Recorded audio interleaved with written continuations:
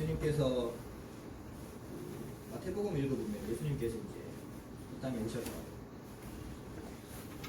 당신의 사역을 시작해 내시면서 시작하시는 부분이 이제 5장에 나오는 팔복 이야기를 시작을 하시잖아요. 그 전에 4장에 보면 여러 가지 이야기들이 쭉 나오는데 마지막에 이제 드디어 하나님의 나라를 4장 16절에 보면 하나님의 나라를 전파하시더라 이런 얘기가 나오죠. 그 다음에 4장 마지막 중에 이제 보면은 이제 예수님께서 이제 이 땅 가운데서 어떤 일을 하실 것인지에 대해서 요약해서 얘기를 하고 있는 부분이 나오는데 그것이 요약해 보면 크게 세 가지입니다. 하나는 하나님 나라를 가르치실 거고, 두 번째는 하나님 나라를 선포하시는 거고, 마지막은 병들고 연약한 자들을 고치시는 그런 사역을 하시겠다라고 성경이 나옵니다. 그 이후에 예수님의 사역은 마태복음뿐만 아니라 마태, 마가, 누가, 요한복음 이렇게까지 예수님께서 십자가에 달려서 돌아가시기 전까지의 대부분의 사역들을 요 세 가지 가르치시고 선포하시고 고치시고 이 세 가지가 다 근데 공통된 하나의 주제를 가지고 있죠. 하나님 나라를 가르치시는 거고 하나님 나라를 선포하시는 거고 또 그 선포하시는 과정 가운데 병든 자들, 연약한 자들을 고치시는 것이 당신의 메시아이심을 드러내고 고백하는 그런 우리는 알고 있습니다.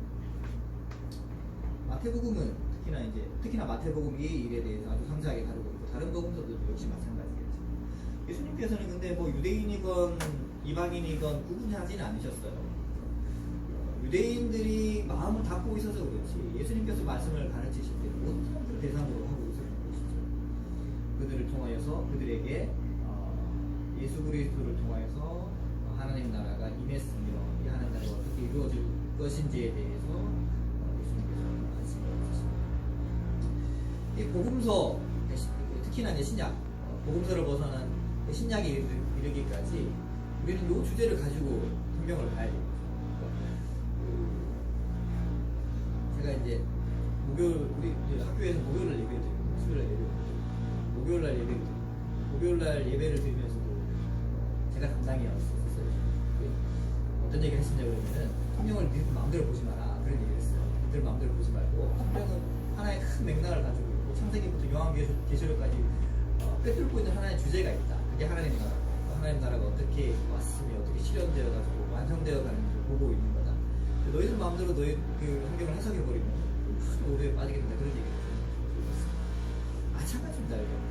신약을 볼 때도 복음서를 볼 때도 예수님께서 하신 그런 이야기, 그런 주제 가운데서 말씀을 보면요 이해가 안 되는 말씀이 없어요. 다 거기에 끼워 맞춰집니다. 구슬이 끼워 맞춰지듯이 왜 그때 이 상황 가운데서 그런 말씀을 하셨는지 이런 행동을 하셨는지에 대해서 쉽게 이해를 할 수가 있습니다. 근데 이 흐름을 놓쳐버리면 어떻게 되냐 그러면은 많은 사람들이 빠지게 되는 오류에 빠지게 되죠. 성경을 단지 윤리적인 도덕적인 책으로 이제 봐지게 되는 겁니다. 좋은 현자의 말이 쓰여져 있는 그런 책으로 봐지게 돼요. 아, 좋은 말이네. 그 정도는 우리가 교회를 안 다니더라도 교회를 안 다니는 사람들 중에서 성경 보는 사람들 많잖아요. 돌 같은 그 사람들 성경을 잘 보잖아요. 그런 사람들도 성경을 보면서 그런 걸 그 정도는 깨달을 수 있어요. 그 정도. 그리고요, 그 정도의 깨달음은요, 우리가 굳이 성경책을 보지 않아도 서점에 가보면 얼마든지 널리고 널린 책들이 그런 책들입니다. 그래서 우리는 그 흐름을 놓치지 말아야 됩니다. 성경에서 나오는 그 하나님의 나라라는 흐름, 그리고 예수님께서 말씀하시고자 하시고 행하시는 그런 일들이 무엇과 연관되어 있는지 우리는 놓치지 말고 그렇게 읽어내야 되는 것이죠. 예수님은요, 말씀을 하실 때 세상을 잘 살아가는 법에 대해서 말씀하시는 것도 아니고 사람들과 좋은 관계를 맺는 법에 대해서 말씀하신 것도 아니고 지혜롭게 사는 방법에 대해서 말씀을 하시는 것도 아닙니다. 우리가 그렇지 않다는 것을 잘 알고 있습니다. 예수님의 관심은요, 이 땅 가운데 사역을 하시고 이루시고 말씀하시고 하셨던 그런 모든 사역들은 하나님 나라와 그의 나라가 이루어져가는 가정 가운데 매진하고 계시는 것이죠. 오늘 본문 역시 마찬가지입니다. 제가 좀 전에 봉독해드린 이 본문 역시도 우리는 그 흐름과 주제에서 벗어나서 이해하려고 해서는 안 되는 것이겠죠. 누가복음 15장에는 아주 독특한 누가복음 15장은 되게 독특한 부분이에요. 왜냐하면 잃어버린 것들에 대해서 이야기를 하고 있어요. 세 부분으로 나눠서 똑같은 얘기를 세 부분으로 나눠서 잃어버린 것들에 대해서 이야기를 하고 있습니다. 제가 읽어드린 봉독해드린 말씀은 10절까지지만 사실은 오늘은 15장 전체에 관한 이야기입니다. 제일 먼저 나오는 것이 잃어버린 양에 대한 이야기입니다. 잘 알고 있는 얘기입니다. 어떤 사람에게 100마리의 양이 있었습니다. 그런데 그 중에 한 마리를 잃어버렸어요. 한 마리를 잃어버렸어요. 90마리를 가지고 있었잖아요. 90마리를 가지고 있었는데 근데 이 사람은 그 한 마리의 잃어버린 양을 찾기 위해서 99마리의 양을 들에 내버려두고 한 마리를 끝까지 찾아서 돌아다니고 그렇게 찾았을 때 온 법과 이웃들과 더불어서 함께 기뻐하는 그런 이야기가 첫 번째 이야기. 그 다음에 등장하는 것은 이제 드라크마를 잃어버린 여인의 이야기죠. 어떤 한 여자가 있었는데 이 여인에게는 10드라크마가 있어요. 드라크마라는 돈은 상당히 큰 금액입니다. 10드라크마가 있었는데 그 한 드라크마를 잃어버렸어요. 집안에서 잃어버렸나 보죠. 온 집안을 찾고 쓸고 돌아다니면서 그렇게 찾았습니다. 그렇게 잃어버린 한 드라크마를 찾았을 때 역시 마찬가지로 자신의 법과 이웃들과 더불어서 그 기쁨을 함께 나눴습니다. 그들이 잃어버린 것에 대한 상실감을 생각하면 그것을 다시 찾았을 때의 기쁨은 우리가 충분히 이해하고 납득할 만할 것입니다. 우리가 다 이런 경험들이 있잖아요. 소중한 것을 잃어버렸을 때 그런 안타까운 마음 가운데 있다가 다시 찾았을 때의 기쁨은 이거 말할 수 없을 것입니다. 그런데요, 생각해보면 여전히 그들에게는요 99마리의 양이 남아있었고요 9드라크마가 마음이 아프죠. 당연히 마음이 아픕니다. 양 한 마리를 잃어버리고 한 드라크마를 잃어버린 것이 마음은 아픕니다. 하지만 작은 일부분을 잃어버렸다 한들 그들은 이미 그보다 훨씬 더 많은 넉넉함을 소유하고 있었다는 것은 분명합니다. 그로 인하여서 한 마리의 양을 잃어버린 것으로 인하여서 한 드라크마를 잃어버린 것으로 인하여 만약에 다시 찾지 못했더라도 그들의 상실감이 클지는 모르겠지만 그것으로 인하여서 그들의 엄청난 어려움을 따지거나 그러지는 않았을 겁니다. 그런데요, 이 이야기는 그 다음의 이야기로 좀 더 심각하게 흘러가죠. 양은 잃어버려도 돼요. 드라크마는 잃어버려도 됩니다. 그런데 아들을 잃어버린 사람이 등장을 합니다. 제가 읽어드리지는 않았지만 그 다음 부분이 잃어버린 아들에 대한 이야기죠. 잘 알고 있는 얘기입니다. 아버지에게는 두 아들이 있었습니다. 그런데 이 둘째는 자신의 유산을 미리 받아서 아버지에게 미리 받아서 먼 나라로 가서 호랑망망하게 써버렸습니다. 나가지 없는 아들이죠. 그렇죠? 아버지한테 찾아가가지고 아버지 내 분깃을 주셔서 다 받아서 먼 나라로 가서 아주 호랑망망하게 그렇게 써버렸습니다. 만약에 저한테 이런 아들이 있었으면 아마 다시는 받아들이지 않았을 것 같아요. 다시는 받아들이지 않았을 것 같아요. 비유입니다. 그래서 비유. 가진 것을 다 잃어버린 후에야 둘째 아들은요 그곳에서 자기 주제를 파악합니다. 자기가 어떤 사람인지를 그때서야 깨닫습니다. 그때서야 자기가 받은 것은 모든 것을 잃어버린 후에야 자기는 아무것도 아니고 인생은 일장춘몽이라는 것을 깨닫게 됩니다. 이런 말이 있잖아요. 눈물 젖은 빵을 먹어보지 않은 사람이 인생을 보라지 말라고 했잖아요. 그런 말 있잖아요. 눈물 젖은 빵 드셔보세요. 저는 아직도 이 눈물 젖은 빵을 저는 한 번도 먹어보지 못했어요. 그런데 비슷한 거 경험을 한번 해본 적이 있었어요. 군대에 있을 때 야간 임무를 했었어요. 정말 힘들게 그 혹한기 훈련할 때 1월달에 혹한기 훈련을 밤에 야간 훈련을 했어요. 우리 뭐 10분간 휴식하면서 이제 군종병들이 그 위문을 하러 왔어. 이렇게 위로를 하러 왔죠. 위로를. 그래서 따뜻한 차 한 잔과 초코파이를 하나씩 나눠주는 거예요. 그걸 받았어요. 그 추운데 한참 그렇게 행군을 했으니 얼마나 배가 고프고 추웠겠어요. 따뜻한 음료를 한 잔을 맞고 이제 초코파이를 먹어야지 하고 이제 앉았어요. 이 옆에 앉아가지고 초코파이를 딱 뜨는데 얼마나 추워요. 춥잖아. 손은 얼었지. 춥지 날씨는. 이 잘 안 뜯기는 거야. 근데 있는 힘을 다해서 탁 뜯었는데 초코파이가 날아가 버렸어. 어떻게? 있는 힘을 다해서 뜯었는데 초코파이 그 반동 때문에 이만큼 떨어진 것도 아니야. 휙! 날아가 버렸어. 까마운 밤에 어딘지 찾지도 못해. 그때 그 상실감이 초코파이 하나였었는데 왜 그랬는지 모르겠는데 그때는 그 순간 그 짧은 찰나의 순간에 초인적인 능력이 있었던 것 같아요. 초코파이 날아가는 소리가 들리더랄까. 들리더랄까. 눈물 젖은 빵은 아닌데 날아가는 초코파이.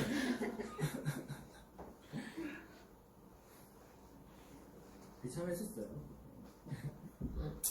그러니까 이 양반도 지금 이 둘째 아들도 그렇게 자기에게 있는 모든 것을 다 잃어버린 후에야 자기 주제를 파악하게 되고 자기가 아무것도 아니야. 그것을 깨닫게 돼요. 지금까지 그는 자기 아버지의 그늘 아래서 넉넉하게 행복하게 살았던 거야. 그런데 이 아버지의 그늘이 없어지니까 그제서야 자기 주제를 파악하게 돼요. 나는 아무것도 아니구나 라는 것을 깨닫게 돼요. 오죽했으면 먹을 음식도 없어서 돼지 돼지 밥을 훔쳐 먹으면서 그렇게 영향을 받겠습니까? 그리고 결심하게 됩니다. 이건 잘한 거예요. 어떤 결심하게 됩니까? 아버지께 돌아가야겠다. 이렇게 결심합니다. 그 이후의 이야기는 우리가 너무나 잘 압니다. 그는 아버지께 돌아가게 되고 아버지는 험 발치해서 그가 돌아오기까지 기다리고 있는 그런 돌아온 아들을 품어주고 제일 좋은 옷을 꺼내서 입혀주었으며 반지를 끼워줍니다. 이 반지는 그냥 반지가 아니에요. 그 반지는 자기의 아들이라는 것을 나타내주는 상징적인 반지입니다. 그는 이미 자기의 소유를 이미 다 받아서 어마어마하게 다 써버렸습니다. 그런데도 불구하고 이 아버지는 그거에 대해서 한마디도 이야기하지 않고 아들을 잘 품어주고 그 아들을 다시 받아주었습니다. 그리고 큰 잔치를 베풀었죠. 잃어버린 아들을 찾았으니 그 기쁨이야 오죽했겠습니까? 저는 사춘기를 대학 때 겪었던 것 같아요. 그러니까 학창 시절에는 저는 사춘기를 겪은 것 같지 않아요. 대학 다닐 때 8개월 동안 가출을 한 거예요. 집에 안 들어갔어요. 왜 안 들어갔냐면 제가 말씀드린 것 같은데 그 교회 다니는 문제 때문에 아버지는 저희 집안은 교회를 다니는 집안이 아니거든요. 지금도 역시 마찬가지인데 교회 다니는 문제 때문에 이제 큰 다툼이 일어났었어요. 그 뒤로 이제 8개월 동안 집을 안 들어갔었어요. 그런 적이 있었어요. 정말 한 번도 안 찾아갔었어요. 버스 타면은 한 50분이면은 갈 수 있었거든요. 근데 한 번도 연락 한 번 안 했어요. 8개월 동안. 그렇게. 아버지도 저한테 연락 안 하고, 저도 아버지한테 연락 안 하고. 그렇게 8개월 동안 들어갔어요. 제가 이 이야기를 왜 드리냐 그러면은 8개월이 지난 후에 조금 철이 들었나. 그래가지고 내 자신을 잘못을 깨달았어. 내가 아무리 교회를 그렇게 다니고 싶은 마음 때문에 그렇게 싸웠다 치더라도 내가 할 도리까지 저버렸다는 그런 생각이 들었었나 봐요. 그래서 집을 찾아갔어요. 찾아갔더니 아버지가 진짜 한마디도 안 하시더라고요. 한마디도 안 하시고 이제 제 남동생하고 이제 어머니는 이제 셋이서 이제 그때 같이 살고 있었어요. 한마디도 안 하시고 딱 갔더니 밥 먹으러 가자. 그러고 외식을 하러 간 거야. 가자마자 고기를 다 드시더라고. 아무 말씀도 안 하세요. 진짜 아무 말씀도 안 하셨어요. 참 그런 거 보면 우리 아버지가 굉장히 정이 없는 사람 같은데 사실 우리 아버지는 정이 별로 없어요. 정이 없는 사람 같은데도 그런 부분은 참 대단하다 그런 생각이 들었어요. 내가 쳤으면은 그렇게 할 수 있었을까 그런 생각이 들어요. 제가 몇 번 말씀을 드렸잖아요. 우리 아버지 굉장히 독한 사람입니다. 제가 군대 갈 때 대기 보충 들여왔을 때 차가 있었음에도 불구하고 안 태워줬어요. 혼자 가라고 등 떠밀었어. 울산에서. 그래서 혼자 찾아왔어요. 대기 보충대까지. 그 정도로 독한 사람이었었어요. 그런데 그때 아버지가 그렇게 환영을 해주고 그렇게 받아주는 그런 경험을 한 적이 있었어요. 저는 이 이야기를 보면은 그 장면이 계속 떠오릅니다. 그런데 문제는 다른 곳에서 터졌죠. 잘 흘러가는 듯 했었어요. 그런데 첫째 아들이 밭에서 열심히 일을 하다가 돌아와 보니까 집에서 잔치가 벌어져 있는 거야. 그리고 떠나갔던 자기의 동생이 돌아왔다는 것을 알게 됩니다. 그리고 온 동네가 있는 시끌벅적하게 이렇게 잔치가 벌어졌겠죠. 그는 돌아온 동생으로 인하여 기뻐하십니다. 오히려 동생을 환영하는 아버지에 대해서 머리 끝까지 화를. 말씀해 보니까 이렇게 기록이 되어 있는 같이 한번 보실까요? 28절입니다. 28절, 29절, 30절인데 한번 제가 읽어봐 드리겠습니다. 그가 노하여 들어가고자 하지 아니하거늘 아버지가 나와서 전한데 아버지께 대답하여 이르되 내가 여러 해 아버지를 섬겨 명을 어김이 없거든 내게는 염소 새끼라도 주어 나와 내 벗으로 즐기게 하신 일이 없더니 아버지의 살림을 창녀들과 함께 삼켜버린 이 아들이 돌아오니 이를 위하여 살찐 송아지를 잡으셨노라. 만약에 이 첫째 아들과 같은 입장이었다면 역시 동일한 반응을 보였을 가능성이 굉장히 클 겁니다. 나를 생각해봐도 그랬을 것 같아요. 만약에 내 동생이 이렇게 해서 나갔다 다시 돌아와 나는 집안에서 열심히 일을 했는데도 근데 떠났던 동생이 허랑방탕에 살다가 돌아왔는데 큰 잔치가 집안에 베풀어져요. 그런데 이 형이 하는 얘기는 뭐예요? 아버지께서 지금 열심히 뼈 빠지게 아버지와 함께 열심히 일했던 자기를 위해서는 법과 함께 작은 잔치도 베풀어 주지 않았는데 떠나갔던 동생이 들어왔는데 이렇게 큰 잔치를 베풀어 주시는 아버지를 보고 화가 끝까지 났던 거죠. 왜 화가 나지 않겠어요? 예수님께서는 근데 이 비유의 이야기를 왜 하셨을까요? 이 비유를 왜 이런 말씀을 하셨을까요? 이 본문을 읽는 많은 사람들은 성경에서 부제목도 그래요. 그리고 대부분의 이 본문을 설교하는 목사님들도 그렇고 이 본문을 읽는 사람들도 초점은 어디에 맞춰져 있냐 그러면 동생과 아버지에게 맞춰져 있어요. 떠나갔던 동생 그리고 환영하는 아버지에게 초점이 맞춰져 있습니다. 틀리지 않습니다. 동생은 떠나갔다가 자기 주제를 파악했고 회개하고 돌아왔습니다. 맞죠? 그렇게라도 이 말씀을 자신에게 적용하는 사람들이 많아요. 그럴 수 있습니다. 그렇게라도 하나님께 돌아온다면 얼마나 감사한 일이겠습니까? 그리고 그 큰 잘못을 저지른 아들이라도 따뜻하게 감싸 안아주고 환영하는 아버지의 모습을 통하여서 많은 사람들은 하나님을 떠올리게 됩니다. 맞죠? 틀리지 않습니다. 맞습니다. 우리 하나님은 실제로도 그런 분이십니다.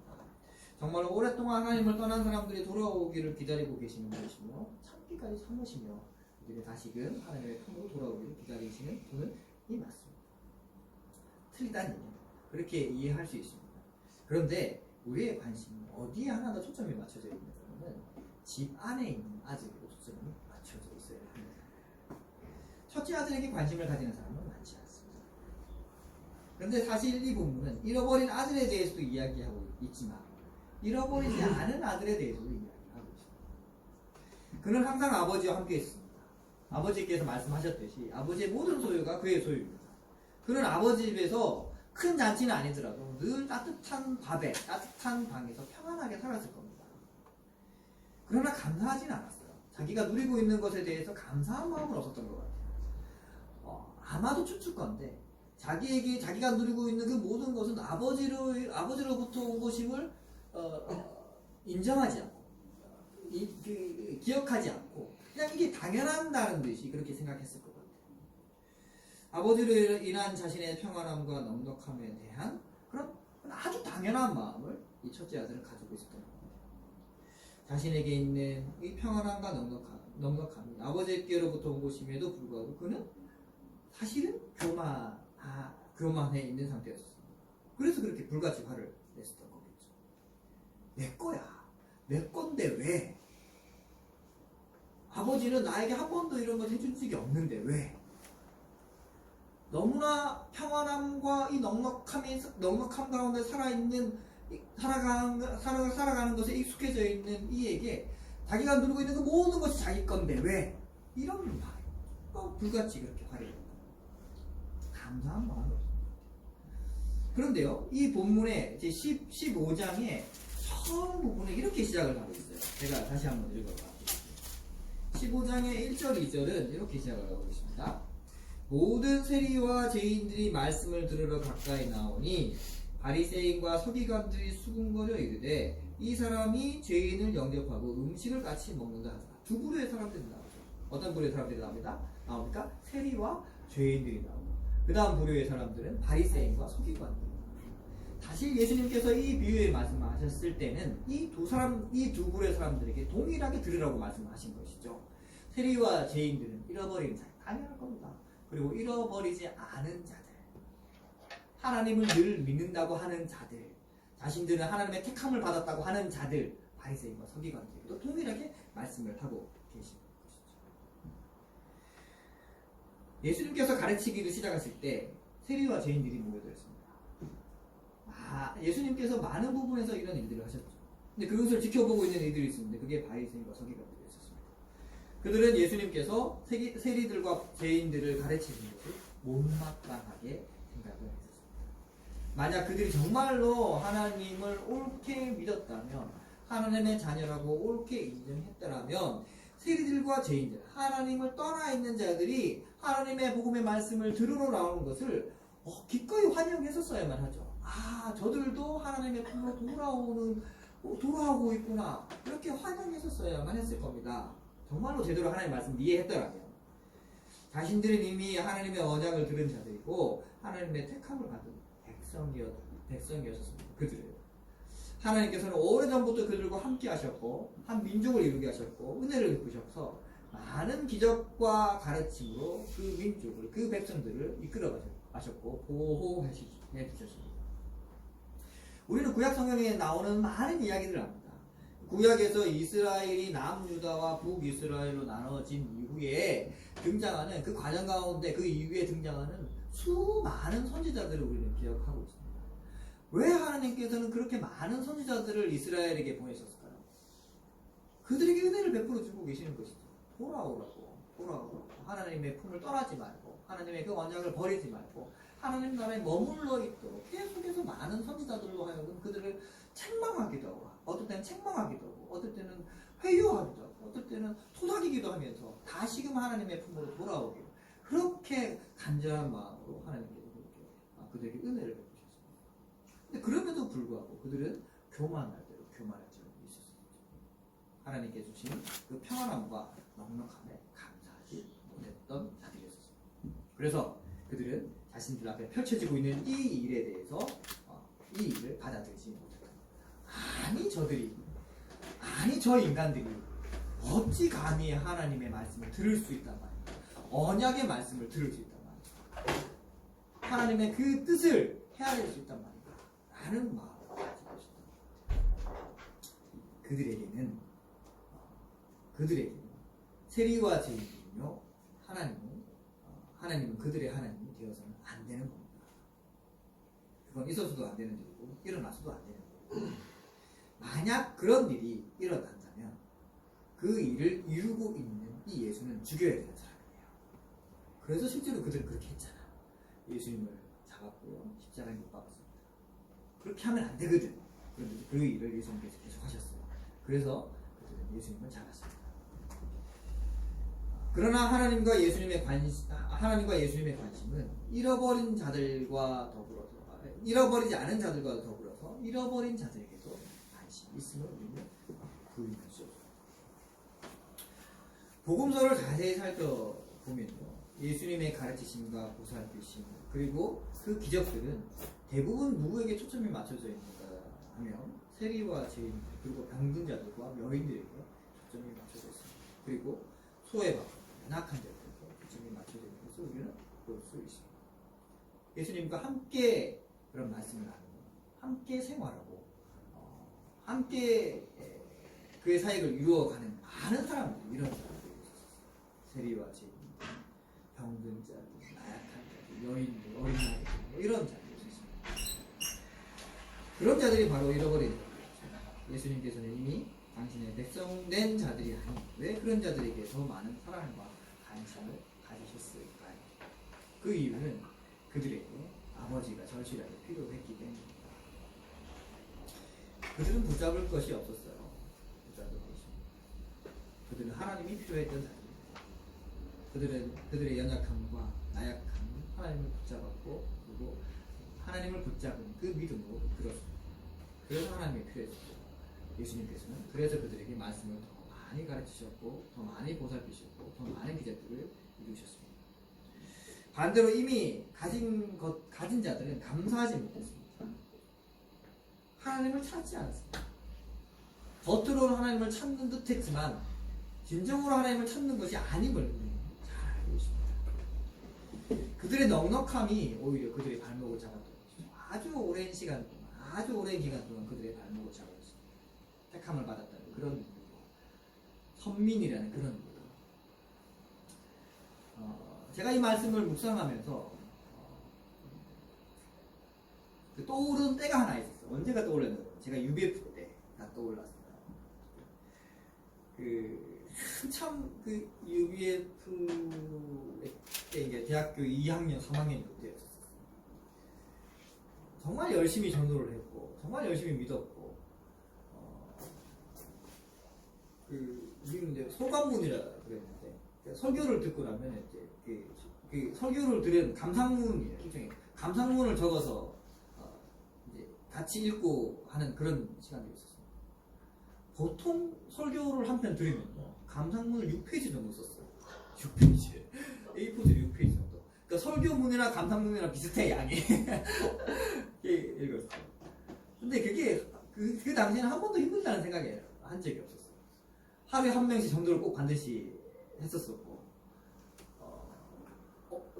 이게 제일 많이 쓸 때는 감상문을 100페이지 쓸 때도 있었어. 방학 때, 여름방학 때 한 번씩 합숙훈련 했었어요. 그때 감상문을 100페이지를 쓴 적이 있었어요. 100페이지를 쓰고 그걸 50페이지로 줄이고 그걸 20페이지로 줄이고 다시 7페이지로 줄이고 다시 6페이지로 줄이고 이렇게 줄여서 핵심만 딱 하는 그런 훈련을 진짜 한 달 내내 받았던 적이 있었어요. 그런데 그걸 하면서도 힘들다는 생각이 별로 안 들었어요. 지금 생각해보면은 세뇌당에 있었던 것 같아요. 어떤 마인드였냐면 UBF가 최고야 아니야. CCC, IBF 이런 건 뭐 따라올 수가 없어. 아니 우리가 해내는 이런 훈련 양과 우리가 읽어내는 이 성경이 어마어마한 이 성경 양 때문에 그들이 정말 하찮게 보였었어요. CCC 간사? 아니 뭐 얘기도 안 돼. 얘기해보면 실제로 얘기가 안 돼요. 안 됐어요. 그리고 일반 교회에서 예배드리고 우리랑 비교할 수 없어. 그런 마음이었어요. 그런 자부심으로 충만해 있었던 때였어요. 대학교 2학년, 3학년 때 이럴 때. 그러니까 UBF 빼고는 다른 것들은 뭐 아무것도 아닌 거예요. 하나님을 믿는다고 얘기하지 마라. 뭐 이런 정도로 가지. 그런 자신감으로 충만해 있었을 때였어요. 나중에 시간이 지나고 나서 나중에 이제 생각해보니까 정말로 교만했었더라고요. 어떻게 그런 교만함으로 그렇게 가득 차 있을 수가 있었을까 하는 생각 때문에 나중에는 혼자서 이렇게 막 얼굴이 붉어질 정도로 이렇게 하는 적이 많이 있었어요. 우물한 개구리였죠. 말 그대로 우물한 개구리였어요. 그 안에서는 모든 것이 그냥 다 그게 전부라고 생각을 했었던 것이죠. 근데 저뿐만 아니라 대부분의 사람들이 아마 그럴 거예요. 인간은 자신이 경험하고 자신이 알고 그렇게 본 것이 전부인 생각하면서 살아가는 경우가 많을 겁니다. 그렇게 우기며 그렇게 버티면서 이렇게 삶을 살아요. 내가 아는 것이 전부인 거죠. 내가 본 것이 전부인 거죠. 내가 이해한 것이 전부인 거죠. 그런데 의무를 밖으로 나가보면 사실 우리보다 똑똑한 사람들, 잘난 사람들, 더 믿음 있는 사람 훨씬 더 많아요. 멋진 사람들이 얼마나 많습니까? 우리가 알고 있는 하나님에 대한 지식과 어떤 종교적인 어떤 삶, 그리고 우리를 사로잡고 있는 신념과 믿음, 기준들, 그리고 또한 일상에서 우리가 최고라고 생각하는 그런 모든 가치관이 사실은 그것이 최고가 아니라 우리는 그냥 잠언에는요 이런 말이 기록이 되어 있대요. 잠언 16장 18절에 보니까 이런 말이 있어요. 아마 들어보셨을 거예요. 교만은 패망의 선봉이며 거만한 마음이 넘어지면 합작이다. 우리가 누리고 있는 것, 우리가 믿고 있는 것, 우리가 알고 있는 것에 넉넉함이 있다면 우리 자신을 돌아보았으면 좋겠어요. 그 넉넉함과 평안함으로 인해서 연약한 자들, 나약한 자들을 외면하고 있지는 않는 것을 돌아볼 필요가 있을 것 같습니다. 바리새인들과 서기관들이 세리들과 죄인들을 자신들이 가진 넉넉함으로 인한 교만으로 멸시했듯이 우리는 또한 그렇지 않은 것을 돌아볼 필요가 있을 것 같아요. 첫째 아들이 보는 그 작업. 이 본문은 잃어버린 것과 잃어버린 자들에 대해서도 말하고 있지만 그렇지 않은 것과 그렇지 않은 자들에 대해서 말하고 있습니다. 우리는 이 잊지 말아야 할 것입니다. 그리고 이 두 가지 메시지 동일하게 우리에게 주어지는 것이죠. 우리로 하여금 다시 우리의 주제를 파악하도록 합니다. 두 가지 부류의 사람들에게 다 주제를 파악하도록 합니다. 잃어버린 자들에 대해서는 무엇으로 주제를 파악하도록 합니까? 그 상태에 머물러 있어서는 안 된다는 주제를 파악하게 합니다. 하나님이 필요하다는 사실, 하나님께 돌아와야 된다는 사실을 파악하게 합니다. 둘째 아들에게 했던 것처럼. 그리고 우리에게 하나님으로 인한 넉넉함이 있는 사람들에게 그것이 우리에게 당연한 것이 아님을 우리 주제를 파악할 수 있어야 할 것입니다. 그런 넉넉함과 평안함이 만약 우리에게 있다면 우리 주변을 돌아보아서 그렇지 않은 자들을 품어주고 용서해주고 위로해주는 우리가 되기를 소망합니다. 예수님께서 평생 그렇게 사셨듯이 또한 우리가 그렇게 살아가고 그렇게 믿고 그렇게 생활할 수 있는 그런 우리가 되기를 소망합니다. 예수님께서 이 말씀을 통해서 우리에게 이 주문을 우리에게 해주고 계신다는 사실을 잊지 마시길 기도하겠습니다.